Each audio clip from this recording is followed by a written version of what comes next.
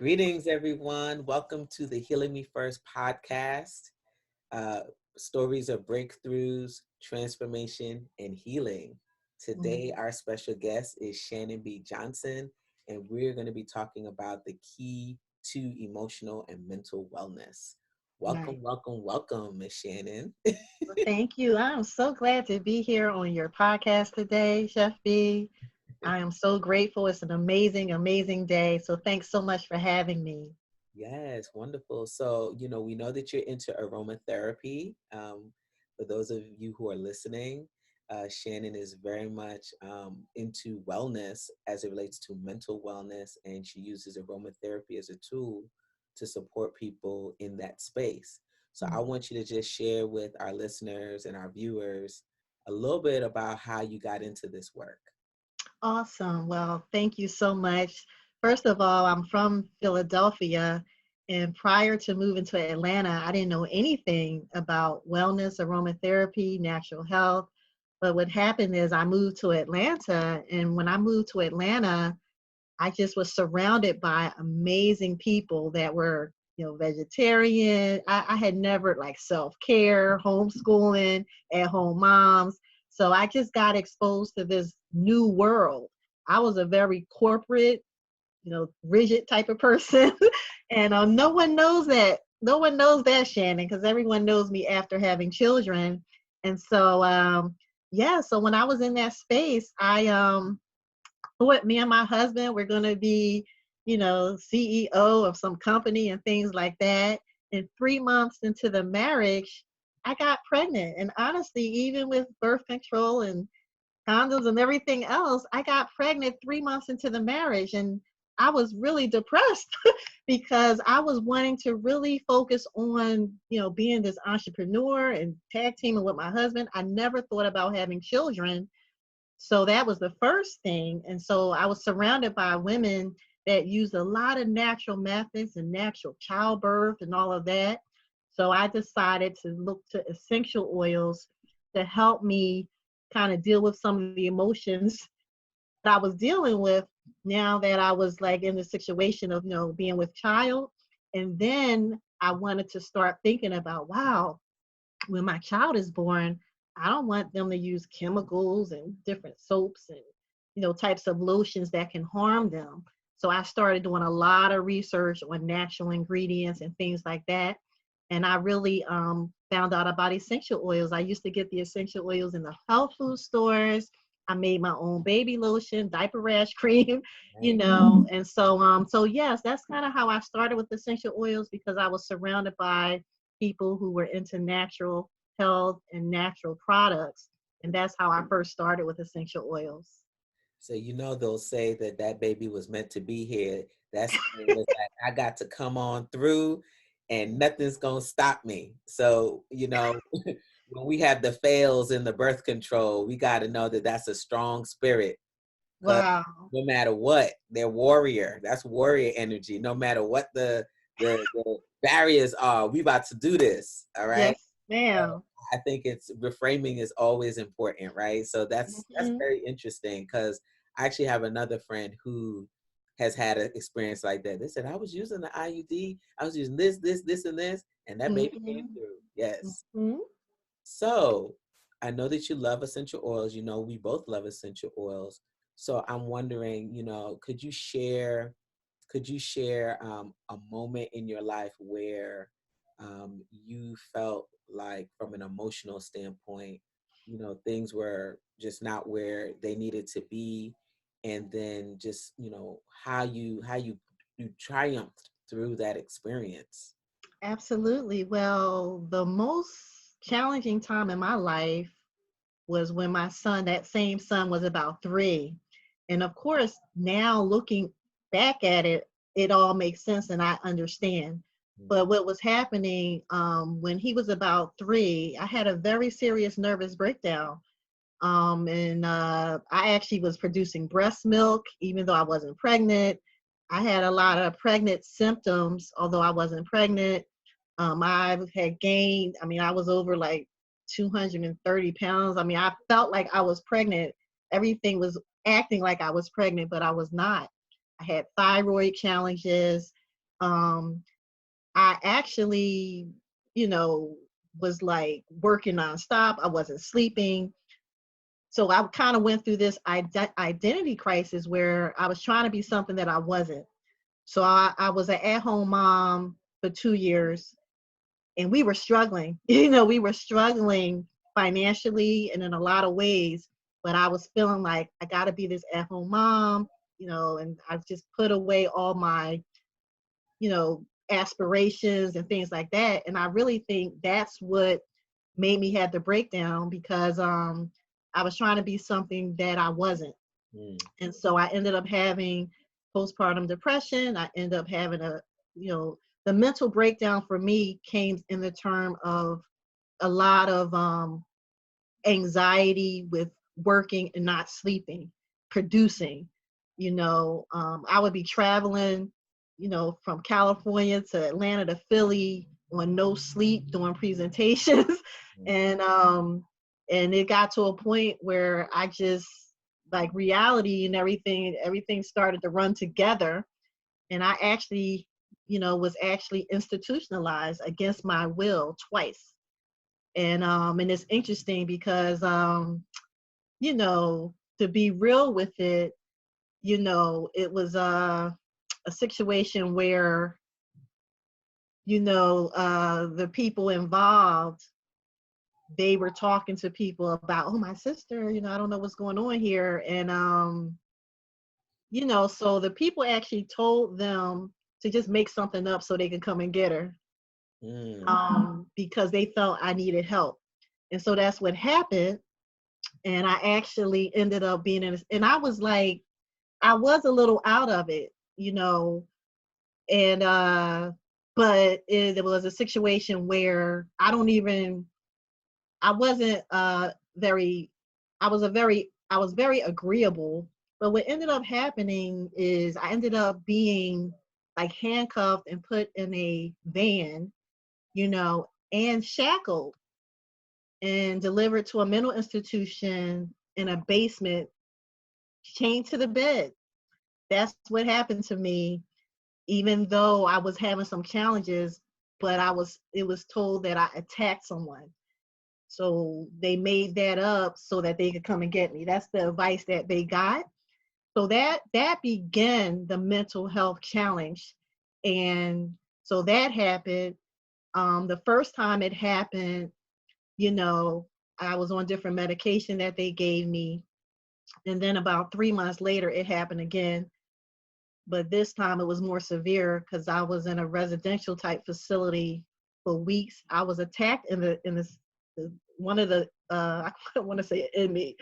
One of the patients actually choked me while I was in there, and I was put in solitary confinement. I mean, it was all tight, and so those were some of the experiences that I had. But after coming through that, I did get some proper assistance, like with a Christian psychologist and a Christian psychiatrist. And the first thing they said was, I can't believe they have you on this medication. Like, they said, this is some heavy stuff. I don't even remember what it was. It may have been Zyprexa, or they were like, they always put African American and people of color on these types of medications, and so they immediately put me on like lithium or just something to just try to chill me out a little bit. And but I was so grateful because it was a long journey, where maybe after about 4 to 6 weeks, I was off of all medication because I could not function. And I told the psychiatrist, I can't function. I went back to work. I said, I can't, this medicine makes me feel like I'm blank. Like I can't even think. It's one thing if you're upset and it's like they want to calm you down, but I couldn't be happy. I couldn't be sad. So I told him, I'm not taking this medication. He said, well, let's see how you are next month. I was like, I'm not taking it. And so I worked with my natural doctor, and I used essential oils primarily. I would just do a lot of research on essential oils because for some reason, herbs, I didn't feel those as much as the oils. Medication, that didn't work, but it was something about the oils, the way that it gets with my cells, the way it goes into my cell. It's like I feel them, I feel the oils more than I feel anything else. And so that is what I turn to. So that's really my journey. Why essential oils? Because medication, I couldn't function. Herbs, they just didn't do it for me. But essential oils, man, they just really, helped me heal in more ways than one. So let's get into that because that's very powerful, and that's trauma, going through something like that twice. So, the title of this podcast is The Key to Emotional and Mental Wellness. So I'm curious, in terms of the work that you've been doing on yourself, the self-healing journey you've been going through, using oils, using these natural modalities, what do you think those keys are to emotional and mental wellness? What have you found them to be for you? Well, really, the main thing is a process, but it's self-reflection. That's first. And it's a daily process. So, and it's really a daily walk. Mm, I experience trauma often in my life, even now, but it's the way that I deal with it when it comes. So, for example, you asked me, how are you feeling today? I said, outstanding. And I am feeling outstanding. I'm hype about that because that's not always my answer. So, to me, the key is to always be serious and real and honest with how am I feeling. That's where it starts. When you wake up in the morning, how am I feeling? Put your cell phone on for 5 minutes and just be still for a second and think about, how am I feeling? And based on how you're feeling, and based on how I'm feeling, that determines what oils do I need for today? What scriptures do I need for today? What affirmations what's the main thing I need for today?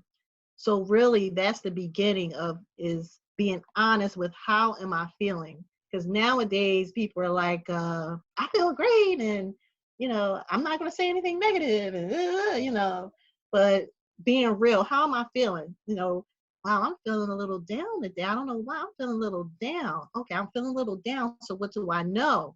What I know is that citrus oils will uplift me. So I can just like wild orange or lemon, or grapefruit. I got to get that going in a diffuser. I got to wear orange and yellow because I'm feeling a little down. I got to eat some bright things. I maybe want to eat lighter, So, how do I feel? Assessing yourself first and then using the tools and everything you can, the colors, the stones, the food to get your energy up, So that would be a first start is to to me, a big focus with that is self-assessing and then pausing, mm, taking time through your day as often as possible to pause. I often say that my life is more about the secret to my life and peace is more about pausing and being still. That's really my nature. And then everything else is like extra. So really for me, it's like how often can I be at peace and still? That's really who I am.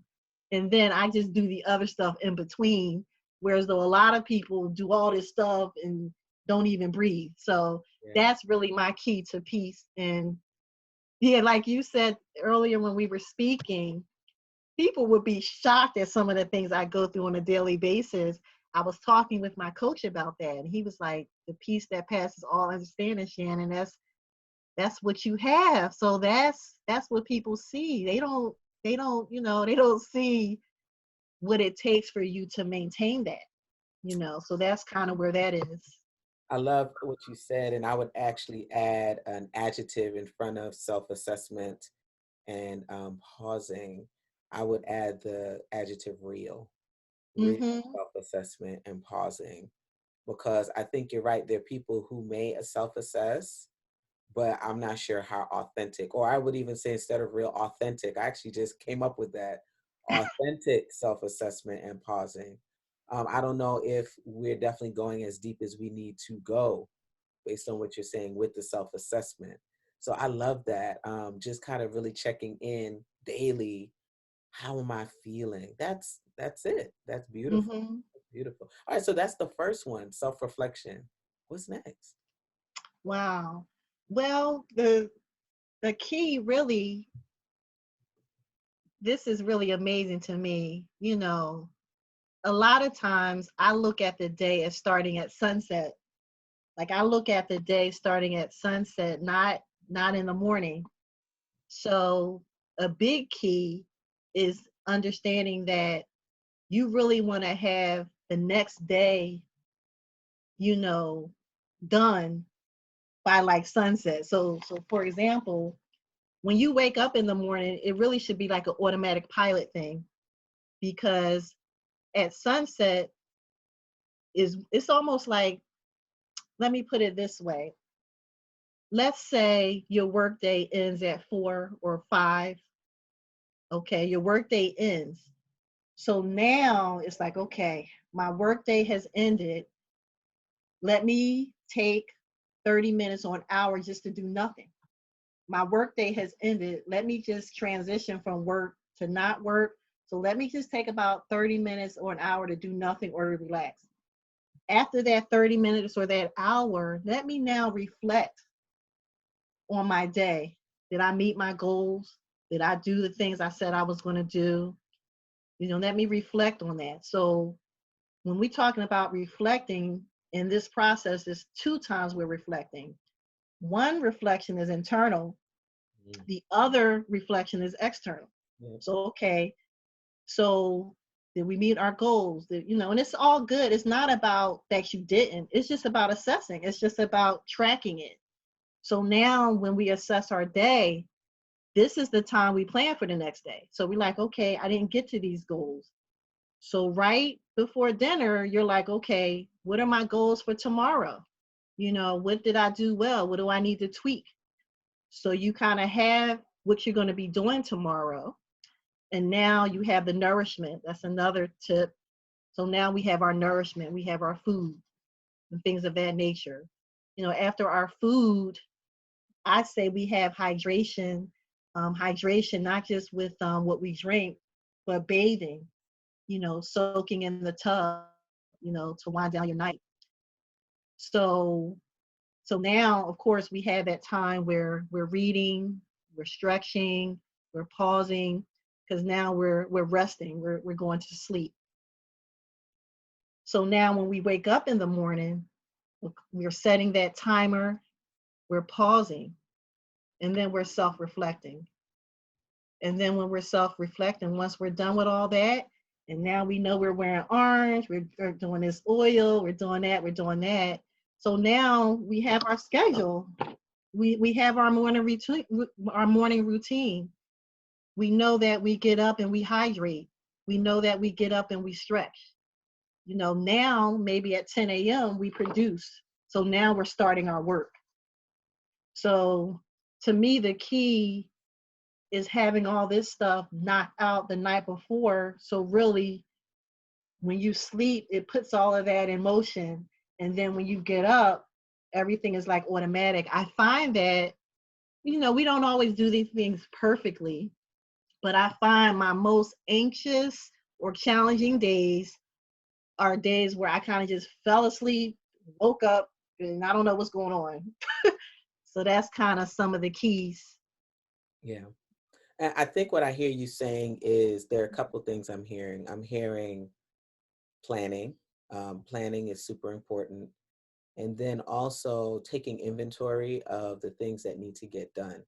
I agree with you. I find that when I'm able to write down what's in my head and I have it somewhere safe that I can get to Mm-hmm. later, it's almost like I've done a brain dump, and it allows me to relax and release and sleep well because I know that those things that were in my head, I have a place that I can go to for them.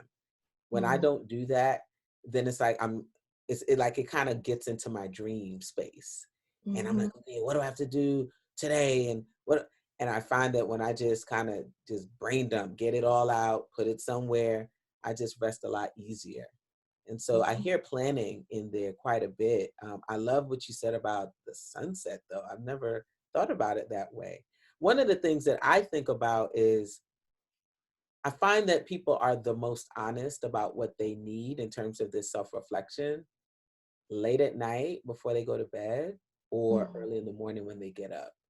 There's this raw emotion that I find with myself that I have when I first wake up, because I might be influenced by a dream, whatever emotions it's brought about, that Mm-hmm. comes into the morning space for me. So that's really a good time, I think, for self-reflection. And then right Mm-hmm. before you go to bed, it's like, okay, you're all excited about the next day. What do you need? What do you need? What do you need? And then taking inventory of what you need and just Mm-hmm. releasing it after you've taken inventory of it so that you can rest easy. Absolutely. And I love this work because I always tell people, like sometimes when you think about aromatherapy and emotional well-being, people think like gypsy people or people that are like, oh, they wear, they're fairies or something. I don't know. But I'm an accounting major. I have an accounting degree and a master's in education. So I take a systematic approach to my emotional and mental health. And that's what I help people do. I don't just say, oh, just feel it. Don't you just feel it in the air? It's like, okay, I really help people. I mean, some people can do that. And it kind of annoys me sometimes when maybe areas that I'm not as strong in and people say, oh, just do it. Like, don't you just understand? I'm like, no. So when it comes to emotional and mental well-being and self-care, I really try to break it down where you can check off the boxes, and not just think that people just going to know and understand, just get over it. So I love my background because that makes me real thorough and methodical about helping people heal. Like I like to listen. Excuse me, I don't like to be cookie cutter. Everybody's an individual. I like to listen and wherever people are. And that's important because sometimes when people are struggling with emotional and mental things or self-care, they already feel a little guilt or shame or uncertainty, so they don't need someone to like beat them up like, well, you need to do this, you need to do that. So it's important for me to really listen, you know, and just ask questions of clients so to help them talk through where they are. Because sometimes you don't know. Like one of the things my coach always asks me is, Shannon, like, what do you want? I'm like, I don't know. Like, what do you want in life? Like, what? No, if you knew you couldn't fail, like, if it was easy, how would your life be? Like, how would it be like getting clients or serving people? Like, if it was easy, what would it look like? And I'm like, I don't know. And so, yeah, so I just try to ask those questions to just get people to, if they get a little stuck, asking them the right questions instead of like, oh, you don't want it. Oh, you don't want to be healed. That type of approach. So, like, I know that you're not a therapist, but you do work with people who need support around the aromatherapy. I'm curious, during this time, what kinds of things have people been coming to you for that they need support with in regards to emotional and mental wellness? Definitely a lot of overwhelm and anxiety and stress. A lot of it has been related to people being at home with their children. There's been a lot of stress around my children, like, oh my gosh, like the homeschool, the teachers aren't teaching. And, so even practical things with them, even outside of aromatherapy, I just say, don't just sit your child on a computer. Don't just throw them on a computer and be mad at the teachers and be mad at them. Sometimes, you could take your laptop in with your child and you can be working and they can be working.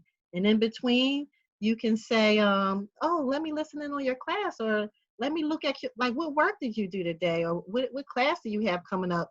Doing little things like that, your child will be so happy, and so those are some practical things. And then of course for children, you can diffuse things in the air. You can make slime and what do they call that? I forget what it is when you do the flour and water and you can put scent. I Oh, forget. clay. Isn't that clay? It's a word that they Isn't that call it, clay?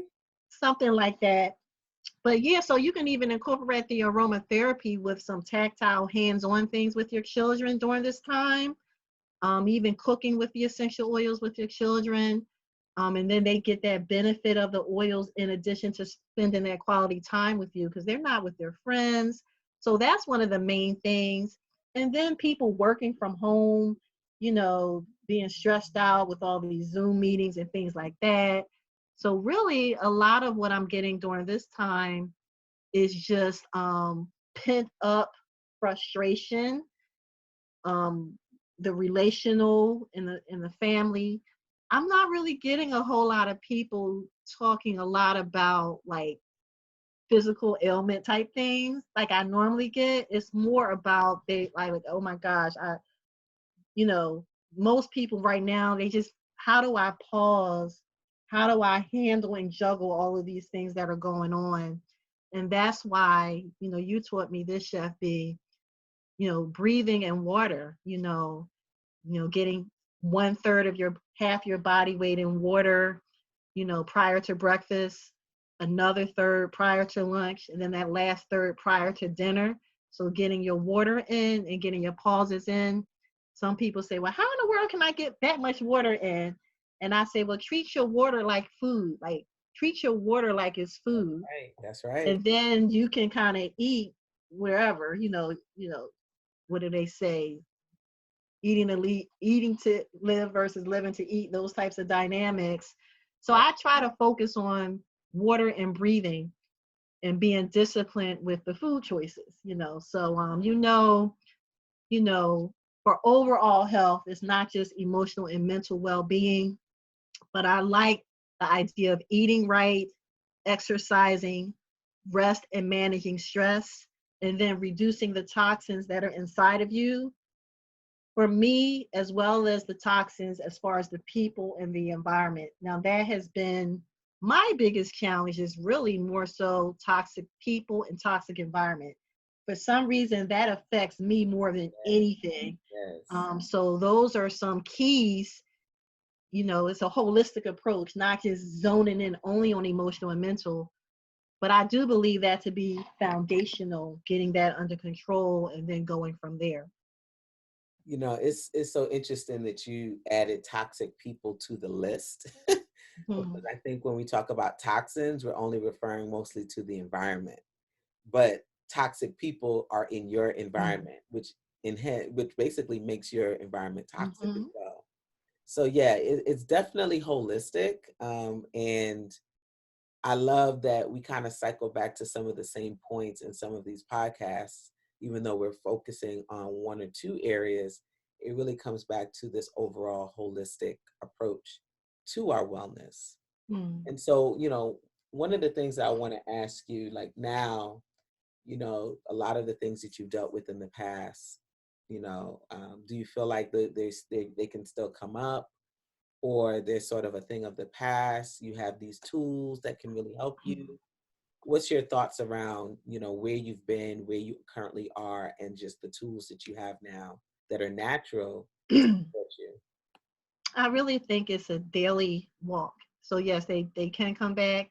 And something that I wanted to share just in general, like my journey, like when I was in Atlanta, I learned about chakras, and I had never heard about chakras and, things of that nature. And I used to, based on the different stones or the different oils or the different colors, these were my routines. Like this was my medicine. And for so long, I really didn't have a lot of challenges. But when I kind of just, was in that flow. And then when I moved to Philadelphia back about 11 years ago, I discovered like the 5 element theory, where, they're relating your emotions to different organs. And during that time of my life, that right there, relating your emotions to your organs, I mean, that was a game changer for me. So, for example, like anger relating to liver, fear relating to kidneys, worry relating to your spleen, excessive joy relating to your heart, and then I guess grief or sadness or depression relating to your lungs. And then the opposite. So just like anger is related to liver, kindness, so if you want to deal with your liver, that, being more kind, and there were different like Qigong movements. Man, I was in my zone. I was in my element.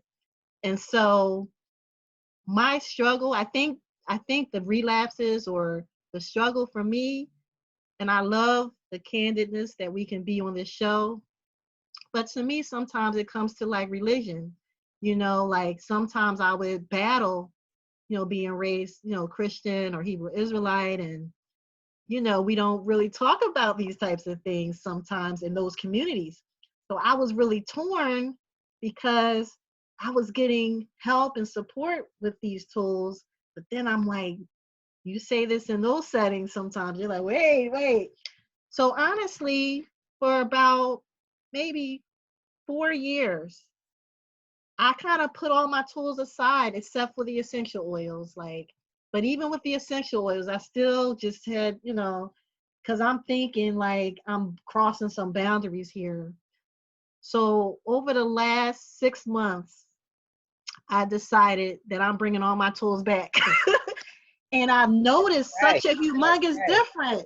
I've noticed so when you ask me, Shannon, how are you? I'm feeling fantastic because I am not holding anything back from my tools. Like I'm not, so it is a daily walk, but I'm so glad I have all my tools back now. But can you imagine being in a situation where you felt like you were on the path to being well and healthy on an ongoing basis, and then you just shut it all off because society may tell you you can't do these things. So then you're just like miserable and depressed all the time. And internally, you have tools, but you're scared to use them. And so those are some of the transitions. But I said, I can't, be up and down like this. So I need to bring everything that I can to support me. And I think what did it was a couple of my, friends that are Christian and things of that nature, they were having some of the same challenges, and then they would come to me knowing my background and knowing that I'm very balanced with things, and they started saying, I know this may not go well in certain, but I need help, Shannon. And that's when I said, you know what, I need help, you need help, and maybe there's just a segment of people out there that I can serve that don't think it's crazy, to use some of the tools that can help us. So that's kind of where I am right now. I think it's so important for us to give ourselves permission to use tools, particularly when the tools cross the boundaries of spiritual practice and things that are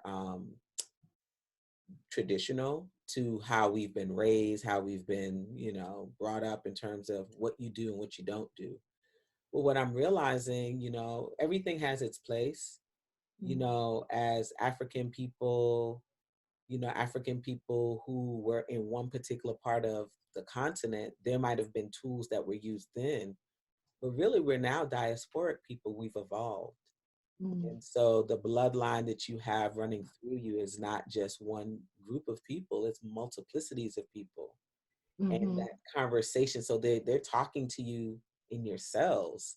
They're telling you, Mm-hmm. Shannon, use this tool, use that tool. And so I think you listen to that. I think you listen Mm-hmm. to that because if you look at what's just in front of you, I think we miss out on the richness of the other tools and what they offer us if we don't have that self-reflection and that listening, because our ancestors, all of them are just talking through us and they're telling you what to do. We just got to be still enough to let us to listen and have them guide us, right? So I'm so glad that you came back to your tools. I'm so grateful that you did that because that's the work. That's it. I see so many people now combining spiritual practices because they get this from it and they get that from it and they get this little piece from it, and it just makes sense to them based on their like where they are on their spiritual walk, on their journey, and it helps them to feel good about life and themselves so that they can work through all the things that they need to work through. So I'm so grateful that you've shared your story and your current journey with us, because I think there's someone out there that needs to hear that. It's not just one thing. I always say it's everything that you do. It's Mm-hmm. everything that you do all the time too. All the time, Mm-hmm. right? So, as we wrap up today, how can folks connect with you, your aromatherapy services? How can they connect with you, Shannon? 'Cause Oh, thank you. Absolutely. Well, RAFFIinstitute.org is my website. That's R as in Rafi, A, F as in Frank, F as in Frank, I. So RAFFIinstitute.org, that's my website. There's actually a phone number as well, 484-440-9428. We have our email, raffiinfo@raffiinstitute.org. And then, of course, we have our Facebook, facebook.com, Raffi Institute, as well as our Instagram, which is Raffi Institute as well. So those are some ways that we can connect. I'm so glad that I was able to be here today. I Yes. feel so invigorated. It's always a blessing when you spend time and you feel even more invigorated than when you started. So that's good energy right there. So I want you to tell folks what Rafi means, because I think it's very powerful. What does Rafi mean? Yes, well, it was a time when I first started studying Hebrew and I was looking for a word that meant healed. So I just was doing a Google search. This was probably about 15 years ago. And based on my Google search, I saw a word RAFFI. And it meant God has healed, because Mm, that's another testimony during that interesting period. It was determined that I had a brain tumor, and that's what was causing the breast milk and a lot of the chemical imbalance. There was actually a brain tumor, and it ended up being benign, and then it was not harmful. And so when that happened, I said, I'm going to dedicate my life to helping others heal, because I knew a lot of the emotional and mental things I went through, it can cause growths and it can cause physical illness. So I said, I'm going to dedicate this work to helping people heal. So that's why Rafi Institute, God has healed, because he has healed us all. It's just a matter of us tapping into that and acknowledging that. oh man, you are such a joy and a delight. You're so beautiful. I'm so Oh, grateful to know you for sure. So awesome. you all, thank you for listening today to Healing Me First. And for those of you who want to connect with Chef Bee, you can go to our site, chefbee with 3 E's.com, and that stands for Be Empowered, Energized, and Engaged. You guys know that we have a slew of wellness tools on our site, so please check us out. Thank you so much, Shannon. And I'm sure you'll be back at some point. Guys, you all have an amazing day. Thank you. Thank you. Take care.